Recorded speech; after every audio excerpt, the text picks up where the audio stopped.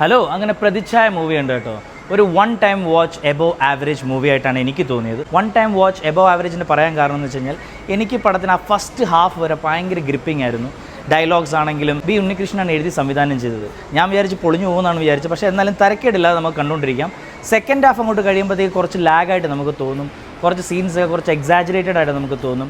അതേപോലെ തന്നെ ജസ്റ്റിൻ്റെ മ്യൂസിക് അടിപൊളിയായിരുന്നു. Justin Varghese has done an amazing work. അതേപോലെ തന്നെയാണ് സിനിമാറ്റോഗ്രഫി. പടത്തിൻ്റെ കംപ്ലീറ്റ് റിവ്യൂ ഞാൻ യൂട്യൂബിൽ അപ്ലോഡ് ചെയ്യുന്നതായിരിക്കും. ഇത് സ്മോൾ റിവ്യൂ ആണ്. ക്യാരക്ടേഴ്സിനെ കുറിച്ച് പറയുവാണെങ്കിൽ എല്ലാവരും നല്ല രീതിയിൽ അഭിനയിച്ചിട്ടുണ്ട്. പ്രത്യേകിച്ച് എടുത്തു പറയണം ബാലചന്ദ്ര മേനോൻ സാർ.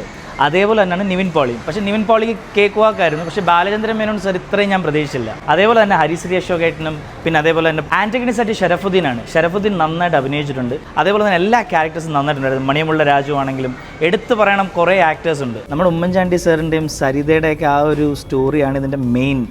ഞാൻ കൂടുതൽ സ്പോയിലർ പറയുന്നില്ല. പടത്തിനകത്ത് സ്ലോ മോഷൻ